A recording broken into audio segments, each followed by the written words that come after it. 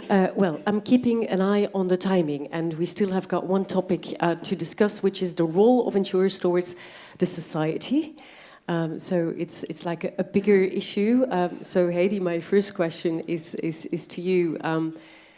The insurance business can have a very big impact on sustainability, especially through the asset management strategy. Is this within the industry, within the insurance industry, is this a priority?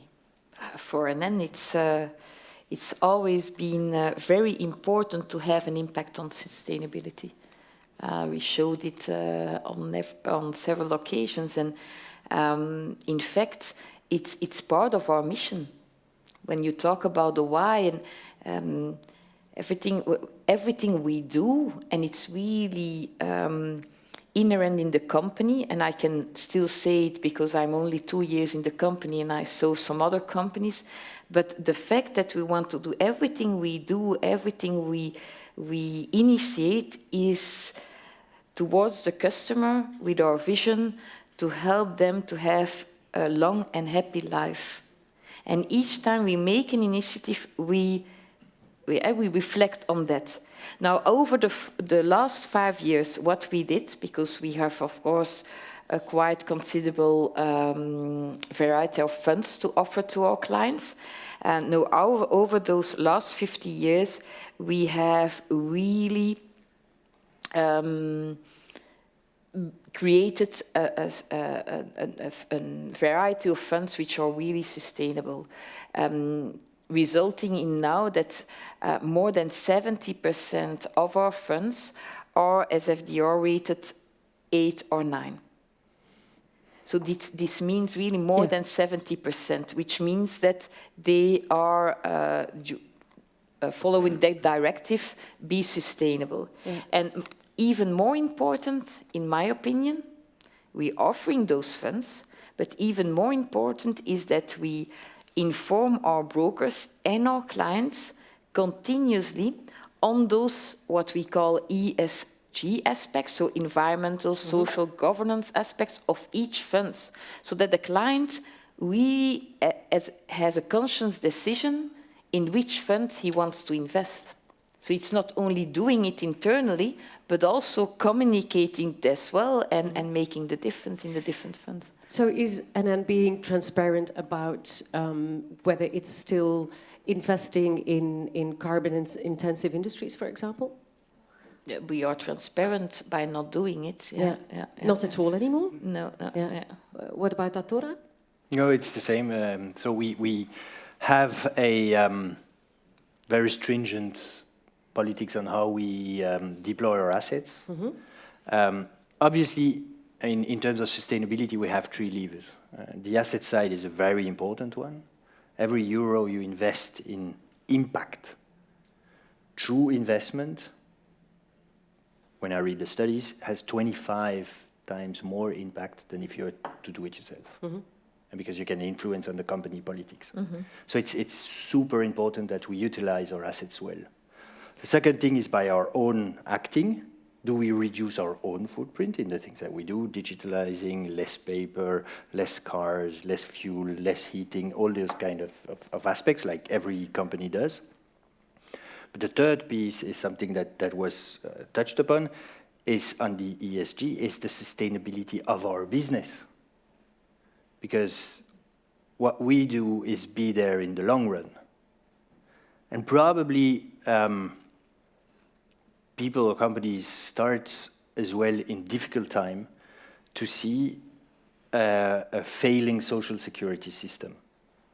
A social security system that protects them less and less through huge debt, by the way, that we are financing because we're buying those bonds. Yeah. So at the end of the day, when you had COVID, everyone said, it's working well, we have premiums and so on, but you only push the bill a little further down the line. Now that people see it in their heating bills, well, the fact of social security system that cannot cope with that is like, how am I going to deal with that? It also raises question, how is the state that is now indebting themselves when money was free and needs to do it again when money is not free anymore, how will they pay my pension? Maybe I need to start thinking for my own how we can organize that. How am I going? How is the state going to pay for my healthcare? Maybe we'll look for other solutions than relying on. Because when we talk about the future of insurance in 2030, it's going to be such a crucial sector. So do you think that, because we're talking about the future and towards 2030, do you think it will be more privatized, more aspects of the government's role will be privatized? I think it should. I think really that a lot of people should think about privatizing their own social security. Okay, yeah. Because I think that social security system will only go down. It really will only go down, and you have to start thinking about another way to organize solidarity, and that's what we've done for centuries now. And we're really good at that. Yeah, I see that Heidi is agreeing, but I want to hear your opinion. I was not Hilde. completely agreeing. Yeah. To me, Well, it's a bold statement, I think. Yeah. To me, it's sorry. Not all kind of risks can be covered privately. There are a lot of types of risks where you need the government to come in, and that should be that's solidarity at a very broad level, organized without any selection of risks to make sure that everybody in this society is well protected and has the right to live, because that's what we're talking about. And then on top of that, yes, you need complementary insurance, but it's on top of that. Yes. I think we should not, well, I'm in favor of a very strong first pillar of social security and an insurance layer on top of it. Maybe let me get this straight. I'm exactly in the same favor. I just don't think the state is going to be very successful in that. I think there will always be a very good layer, and hopefully this will last long, but it's going to be damn expensive. Really damn expensive. And I think people that start their career now and pay for their pension later better also have a plan B. Okay. Cedric, being quite new in the business, Realities in between. does this scare once you a again. little bit, that what you're hearing now? Or do you say, well, I have to absorb what I'm hearing now and see what my reaction will be? Scaring? No, not at all. I think we indeed play a very important role in society as a whole. For example, how we try to have a positive impact is by investing a lot in prevention.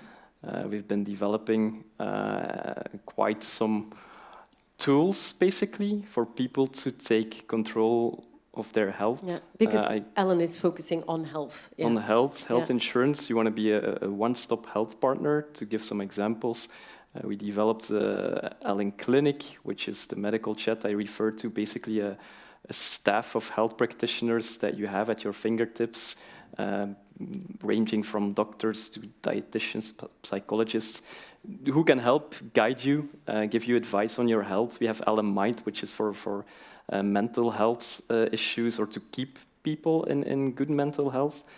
And by investing in these tools, we allow people to take control of their health and prevent hospitalizations, because it starts with very tiny things. So it's a win-win. It's a win-win. So we really believe in that model, where we keep on investing in prevention, because why? It benefits the insured, obviously, because they don't want to get sick. It benefits us, Ellen, as a company, because we have to reimburse less. And it benefits society as well, because it reduces the pressure on the healthcare system as a whole. So it's really a win-win-win model. And it's something that I believe, we believe that health insurance will evolve from a reactive financial component or thing to really what we call internally or externally as well, health benefits, which still contains that reactive financial component, but which is also about prevention and also has a curative aspect to it. So it's that one-stop health partner positioning, and that's what we believe the market is now shifting towards. Heidi? Well, I'm completely aligned, because what you see happening is that most of the insurance companies focus themselves on the reintegration once there is a claim. We also recently started up what we call NN Wellbeing Services, which is free of use for our insured self-employed clientele, because what we see, and they can have, it's like really preventive. So before they get ill, before there is a claim, that they can be coached, that they have specific programs on burnout, etc. Because when you see the figures, but it's really, it's to become afraid. Huh? Over the last 4 years, for the self-employed, there has been an increase of more than 50% of self-employed suffering from depression and burnout. From the self-employed who have a long illness, 17%, more than 17% is due to burnout and depression. That's why we're offering those services to do prevention, because I'm quite aligned, and we're not doing it only for the client, for clients, but it's also, and their families, of course, but it's also to make a statement also. Because I think that in Belgium we do a lot of reintegration, etc. But let's start preventing things. And that's a role that the insurance sector can take up. Yeah, and I come back on the advising role in risk management, and I talk about prevention as well. But it means also you need to have the right skills to do that. And the brokers, for instance, should also have new kind of skills to be in that direction. And I think there are also some challenges on that part to be able to advise and indeed to avoid the problem occur and to be clearly early in the prevention. Okay. Well, I leave it there. I've got one more question, but we leave a bit the topic of life insurance. My last question is to you, Hilde. Something that's, besides the high energy bill, is top of mind with a lot of people. That's, of course, climate change and the impact of climate change. And we know that the sector is currently talking with the governments, the governments about sharing the responsibilities and covering the population. How is that going, and what will the impact be on taxation or maybe premiums? Can you highlight that a bit? If you allow me, I will not answer to the question of impact on premium or taxes or whatever. So how are the discussions Because going? discussions are going on. It's a very complex topic. Because, well, the topic as such is complex, and Belgium is a complex country with federal matters and regional powers and so on. So, and if I start to talk about it, then it will be out of the context. I think that's too early for this. But this being said, we do have a huge increase of frequency and impact of natural catastrophes. So it's a higher risk. An old colleague of this house said there are never bad risks. There are only bad premiums according to those risks. So higher risk is higher premium. That's just mathematics. And then there is a question of insurability.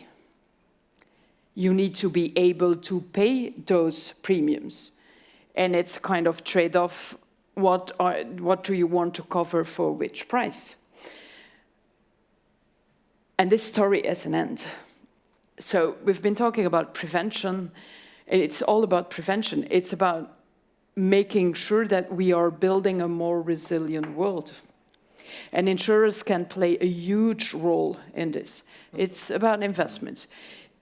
Investments, assets under management of insurers all over the world. It's thousands and thousands, billions of dollars.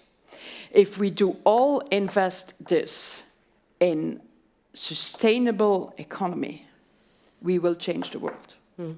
So that's the first one. And the second one in building a resilient world is on infrastructure, crisis management, building programs in advance that you make sure that when a catastrophe occurs, you do limit the impact of it on people, but on all kind of things as well. So it's about making the world resilient, and this will make sure that risks are still insurable in the future. So it's also protection of the insurance sector. So there you see a responsibility of the insurance Yes, sector for sure. to invest in the right funds, Yes. to make the better, to And make it's the world a not better only place. the green, Yeah. it's, Yeah. you know, again, the full spectrum of the SDGs. It's